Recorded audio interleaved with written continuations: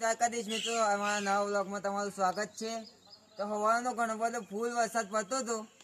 તો મિત્રો અમે વરસાદ બંધ થઈ ગયો હતો, અમે ફરવા આવ્યા છીએ મિત્રો. તો તમને બતાવું ખાલી જુઓ.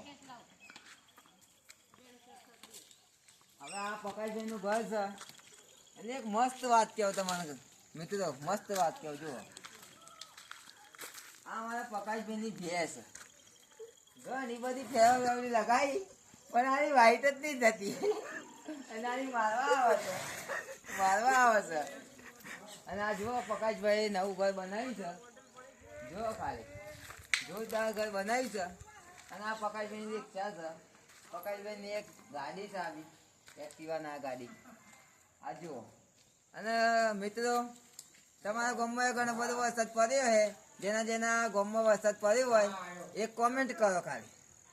તો આપણે મળીએ નેક્સ્ટ વ્લોગમાં.